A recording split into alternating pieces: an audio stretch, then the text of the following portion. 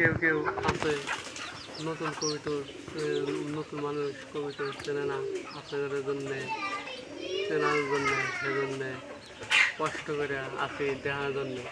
ওই যে আমার কবিতর আছে, আপনারা অবশ্যই দেখতে পারেন কেমনে করে আপনাদের চিনাই বাইরে হলে পারে দেখবেন পিছনে কি অবস্থা আমি দেখায়।